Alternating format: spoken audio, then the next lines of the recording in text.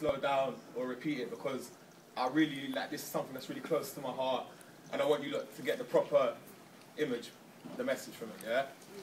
So basically, like I say, I came from London, West London, but I'm originally Iranian. I was born in Tehran, which is the capital city of Iran, and I've always travelled back and forth since we left the country. There was the Iran-Iraq War in 1988, so mainly we left because of that, but I always travelled back and forth. And I'm going to talk to you a little bit about Persian hip-hop. And just out of curiosity, has anyone ever heard Persian hip-hop? Oh, you have, yeah? Oh, okay, I'll see you later then. All right. What about, well, the next question is going to be, what about music from hip-hop from the Middle East, assuming that you lot hadn't heard it? But yeah, Persian hip-hop really is the bomb. I don't mean that literally, but yeah. Anyway, before we go any further, I'm just going to provide a bit of geographical and historical background to show you what we're talking about. All right. This is Iran.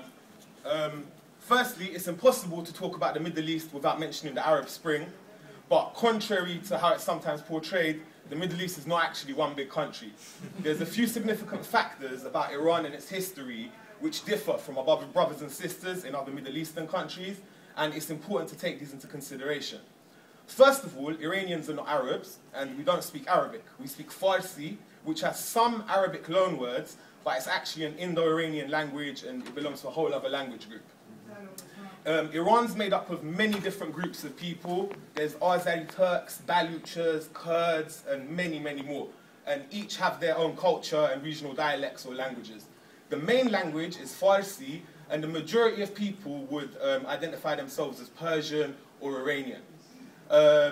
There are communities of Christians and Jews and other religions in Iran, but the majority of it is Muslim. And Iran's actually, we practice Shia Islam, which makes Iran one of the only countries in the Muslim world where Shias are the majority. In 1979, there was a revolution, and Iran was established as the Islamic Republic. And up until this point, aside from a short invasion by the Seljuk Turks and the Mongols, Iran's always been under royal rule, under different royal families, but we've always had a monarchy. And the last monarch that we had went by the name of Mohammad Reza Shah Pahlavi, and he reigned from 41 to 79. And he tried to present himself as a modern man, very westernized, but he's often remembered for his obsession with the West. He made big business deals with British and American oil companies, the profits of which he used to take lavish holidays in Swiss ski resorts with his glamorous wife, and they both tried to model themselves on the latest Hollywood film stars and Western entertainers of the time. He also promoted the idea of a Western-style pop music scene during his reign. And this is key when we're talking about all forms of popular music in Iran. And during his reign, we begin to see the emergence of singers, both male and female, who again model themselves after their Western counterparts in both appearance and content of music. So mainly they're singing about romantic stuff and just sort of classic, that type of whole shebang, as we say. And this preoccupation with the West later came to be referred to as Gharb Zadegi. Gharb meaning the West, in this case Western countries, and Zadegi meaning to be struck with, so literally to be struck by the West. It's not so much a process of westernization as a much more intrinsic process of Westoxification. And this term, Gharb Zadegi, was a key term that was used in revolutionary discourse by the opponents of the Shah, who is the king. In 1979, the people of Iran, led by Ayatollah Khomeini, overthrew the Shah and established the Islamic Republic of Iran. Under the new Islamic laws, all forms of non-religious music faced a ban, including the pop music, which had been so popular. This prohibition was not really on a legalist, jurisprudence Islamic context. It was more based on the cultural meaning and the attitudes promoted in the content or narrative of the music. In the case of the pop music, that of a perceived relation with the Shah's regime, a Westoxified outlook, and close political ties with the US and Europe. Many of the pop artists fled Iran and took up residence in other parts of the globe. I don't know if you guys have heard the term Tehrangelus, but they use it to refer to the big diaspora of Iranians that live in Los Angeles. And at the time, we're everywhere, trust me. I even found some Iranians here, but yeah. Many of the pop musicians left Iran to continue their careers in LA and in exile. And they continue to bear relevance to Iran through the black market trade of cassette tapes, CDs and videos, which were available in most bazaars or street markets, even though they were banned. in the 80s and 90s, the pop in exile students were still thriving, and we can begin to see what could very loosely be termed the beginnings of what would later become Persian hip-hop. I use the term very loosely because at this point, the music being produced was exclusively being produced outside of Iran by Iranians. And what we're actually talking about is a bunch of kids who liked what they were seeing on MTV and decided to try and copy it. There's nothing particularly Iranian about the music other than the MCs, I use the term MC lightly, country of origin. And these first instances consisted of Iranian kids in places like LA, and later it grew to Europe. They were just emulating. And I'm really conflicted. I don't know whether I should play you this clip because the academic in me wants you to have the full story, but the hip-hop head in me and the Persian hip-hop ambassador, I feel really like a way about it. But I'm going to play it for you anyway. So this is a clip from a guy called Ro C, who's from Sweden. And this is from '96. And the track's called Straight Out of Persia. And things to look out for, he's chosen Straight Out of Persia. He's going for this whole West Coast aesthetic. So in the video, the imagery, it tries to recreate the LA barbecue cookout feel. And those who are more musically minded, you might hear the aesthetic of the music. It's G-Funk era, West Coast. Because they actually had the same producer who was producing music for DJ Quick at the time. So what we're talking about is sort of rich kids abroad thinking, I want to do that. Mum, can I have some money? You, give me that beat. Yeah? So I'm going to play you this. And in the first 10 seconds, they basically make themselves irrelevant to Iran because they show men and women mingling, they show people drinking alcohol, and they show dogs. 3 things that under the Islamic regime, it doesn't really happen. So apologies. I really do apologize for this. I mean, I'm sure he had good intentions, but that's as may be, as they say. So this is the infamous Rosie. Is the sound done? Yes.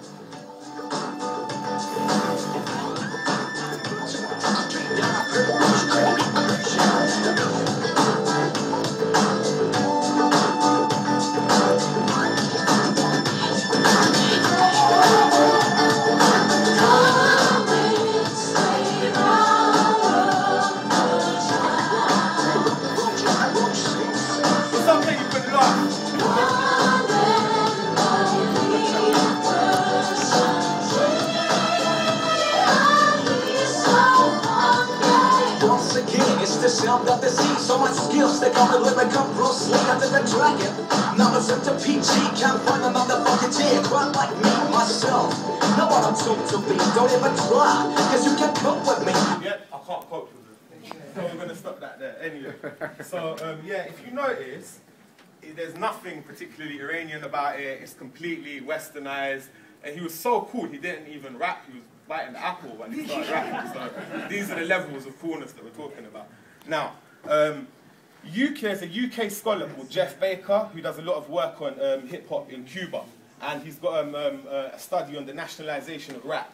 And he talks of the nature of hip-hop as an art form which lends itself to a process of adoption to adaptation of musical forms and idioms. And it cites the way in which hip-hop serves as a canvas and a template, a blank sheet, but also a guide.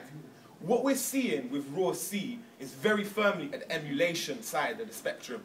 And the reason I played it for you is because it's important to understand how hip-hop actually came to Iran.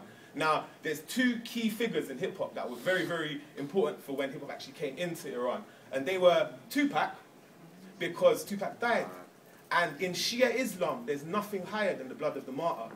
So we've already got that association there with Tupac was shooting at police. He was going for jail, like for crazy things and that. And like in Iran, they thought, okay, so it's not that same kind of a thing over there. And also Eminem, because it made Iranians realize that this is not just an African-American, Latino art form, this is something that's for everyone. And this is where we start to see the adoption to adaptation. And at this point, I should point out that there's very significant narrative differences that exist in the forms of popular music examined so far.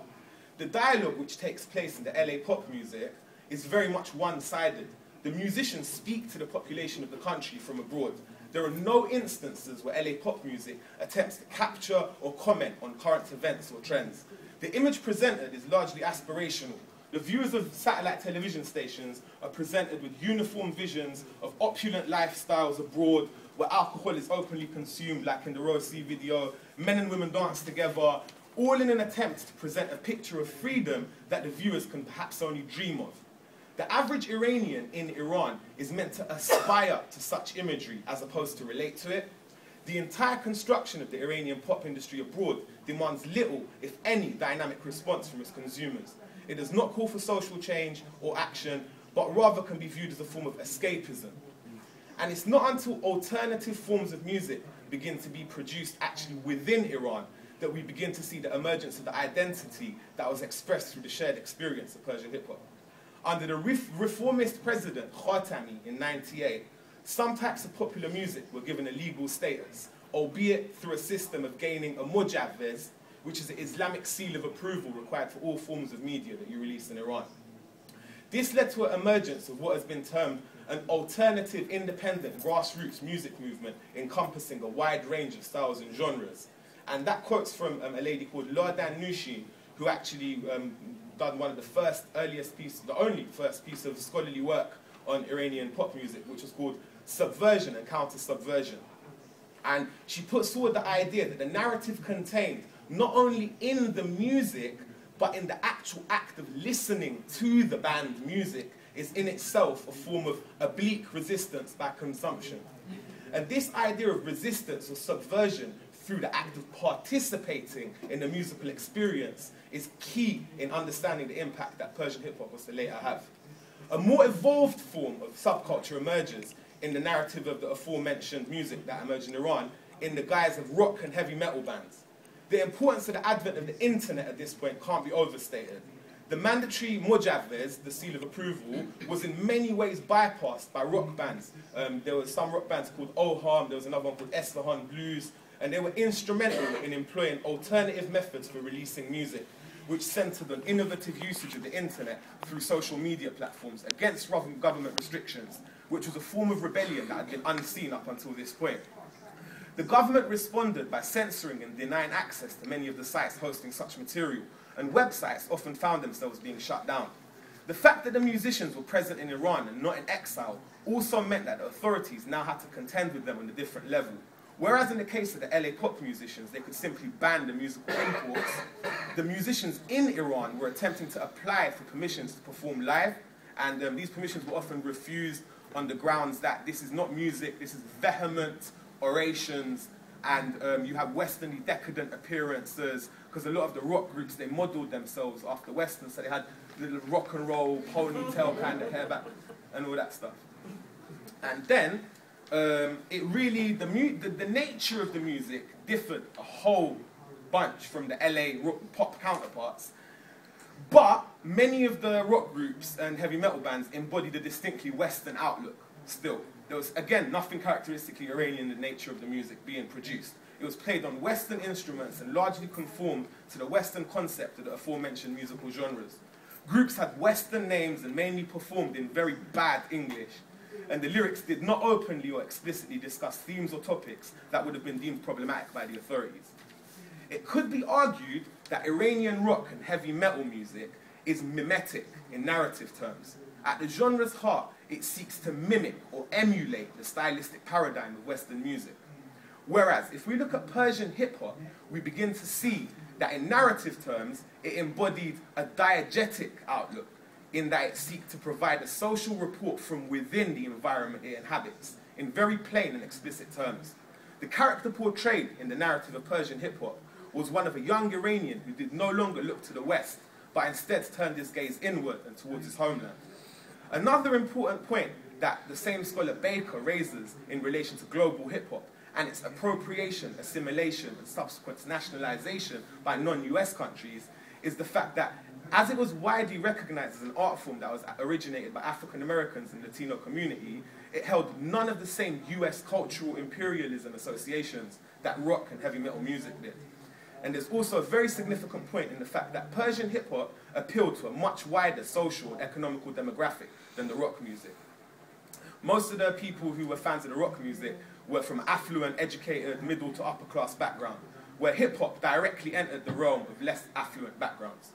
And when hip-hop started to be produced from within Iran, a very different dynamic emerged in the culture surrounding the art form, and the narrative presented was different in many respects to its predecessor.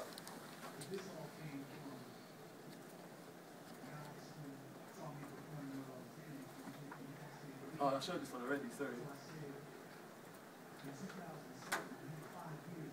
This is Hitchcast, and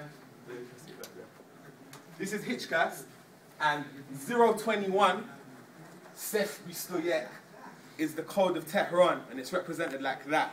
And this is a key because the whole Persian hip-hop movement was exemplified and championed by Hitchcast.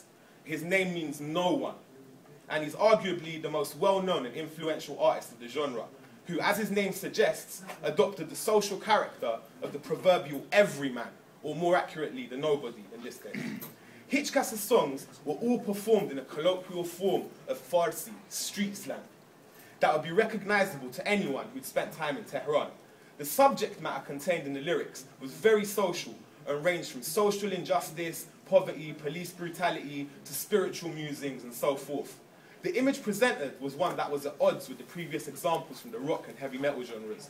Hitchcast dressed like a normal Iranian, and he didn't wear baggy Western clothes. He actually looked like a Tehran bazaar trader, someone that works in the market. He just looked like an everyday guy. I'm going to show you a clip from a song called Ekhtelaf, which means conflict. And it was actually from a feature film that won a Cannes Award. It's called No One Knows About Persian Cats, and it's about the underground music scene in Iran. But this track is basically about the social justice in Tehran. Tehran is a city of very extreme living conditions. You're either very rich in the suburbs or you're poor in the downtown. Not quite shanty towns, but very, very bad living conditions. And the track, things to look out for, is just compared to the last track, look at how Iranian it is. It's showing the streets of Iran. It's not showing women unless they're wearing hijab, because that's how you see women when you see them in Iran in the street. So I'm just going to play you a quick clip from there. I'm going to turn my clip louder than their clip.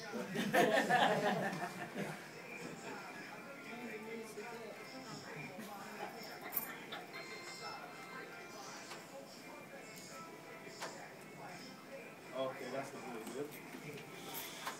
Just hit accept. No, it's going to ask me to log in, I think. Oh. Does anyone know the login? Sorry about this. Sorry. So basically, yeah, Hitchcast was this guy that everyone could kind of relate to when he came out, and he was just like the normal everyday Iranian, as you can hopefully see in this clip.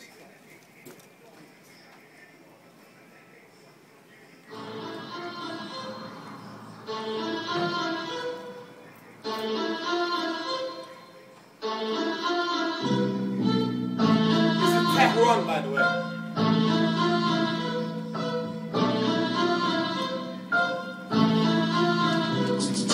تهران یعنی شهری که هرچی که توش میبینی باعث تحریکه تحریک روح تا تو آشغال دونی میفهمی تو هم آدم نیستی یا آشغالی اینجا همه گرگم میخوا باشی مثل بره بذار چشا گوش تو من بکنم یه ذره اینجا تهران لعنتی شوخی نیستش خبری از گل و بستنی چوبی نیستش اینجا کنکل بخور تا خورده نشی اینجا نصف عقده‌این نصف وحشی اختلاف طبقاتی اینجا بیداد میکنه روح مردم و زخمی و بیمار میکنه کنار همه فقیره و مایه داره خفه توی تاکسی همه میخواد کرایه نده حقیقت روشن خودتو به اون راه نزن روشن‌ترش میکنن بس بمون جا نزن خدا باشو من چند سالی با درد دارم خدا باشو نشو ناراحت از بارم کجاهاشو تازه اول کارم خدا باشو من یه آشغالم با درد دارم ترکی با چرخش کنار یه بنزین. And as you can see, the clip embodies the everyday urban reality of Tehran, one that many people, both residents of Iran and the diaspora abroad, could relate to. 021, like I said, the phone code was a phone code for Tehran, and it at first came to represent the idea of Tehran youngsters, but soon became a symbol and a motif for Persian hip-hop nationwide, and then it entered the international realm when they started making music videos. And I'm actually an MC myself, and I work in London, English language hip-hop. I used to battle. I won the UK Freestyle Championships when I was really young. And I'd never really come across Persian hip-hop. And like most Persians who lived abroad, I became aware of it through the internet. And I actually traveled back to Iran to collaborate on a number of projects with Hitchcast. And I was struck by the fact that aside from he was not obsessed with Western hip-hop in the slightest. He was more interested in trying to form this, what he called a true Persian form of hip-hop, one that incorporated elements from Persian classical music. We collaborated on a number of tracks from his debut LP, which was called Jangal Asphalt, or the Asphalt Jungle, which was produced by a young producer and composer called Mahdiyar Agha-Jani, who is integral to the sound of Persian hip-hop. He looped and sampled the 70s pop songs. He incorporated Persian instruments such as the oud, which is a string instrument, and ney, which is the reed flute. And he also used uniquely Iranian rhythmic structures. So where instead of the normal 4/4 that you have in hip-hop, we've got Iranian hip-hop songs with a 6/8 time pattern. And as far as I'm aware, I've never come across that before. I've come across 3/4, and I've come across 7/9 in Japanese hip-hop. I've never come across a 6/8 rhythmic structure.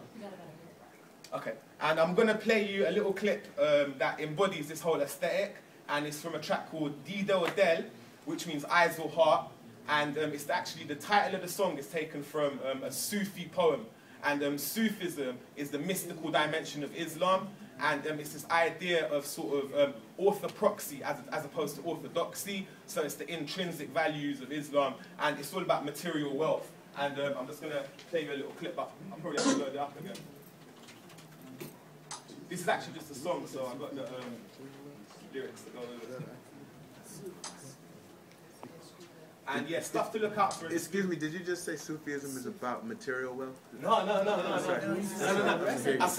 I said the song is called Eyes and Heart, and it's about how what your eyes perceive are not necessarily what your heart requires.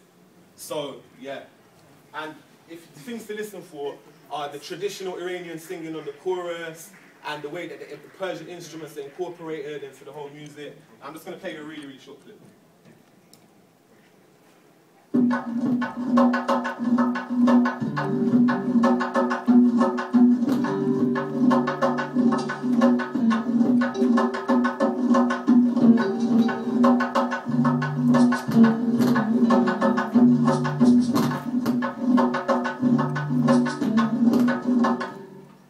همه چی از اونجا شروع میشه که تو چیزی میبینی میگیری همون چیزیه که تو رویان میبینی هیچی واسه رسیدن به چیزی که آرزو داره اون چیزی که کمک تو باشه پول حال روز ما که همه چی رو میبینیم اینه شاید باید ببندیم چشمگیری میشه اما دیدن یارو دیدیم و دیگه دیر شده دیگه اینه دیگه دنیا و توی دیم بره که به دنیا و هرچی که توشه دل نبند که من خیلی چیزا رو گرفت و ول نجا تقصیر من نیست پسر این کار دله این با که شعر من نیست این کار دله این بار چشم بچه این که چاره نشه میخواد بخره از بابازی و پدر بیچاره نکه نخودم و توی جیب پولی نیست دیگه دستی تو سر پسر میگه روزی میرسه که تو به هرچی که میخواد میرسی پسر از پدر من بود پسر این نسی به من نیست کسی که زد از این نسی که من دارم درد بیاره یه بیسی به من میده دلیل رفم اینه همیشه من از اینه بیدم و من از این که دارم در عذابم بدونم همینه که اگه دیده نباشه دل ساکت ما قربانیه چشم میزه دست دیگه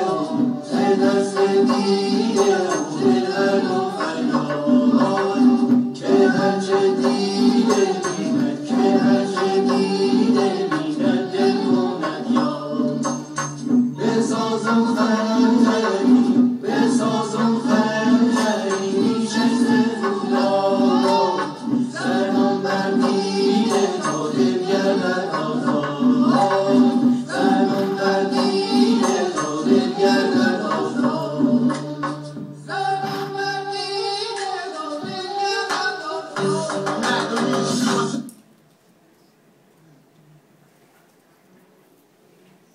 Yeah, as you can, and this is, I'm going to finish now, yeah. And this is the picture that was sent to me by a friend in Tehran, and it's a graffiti piece from Tehran.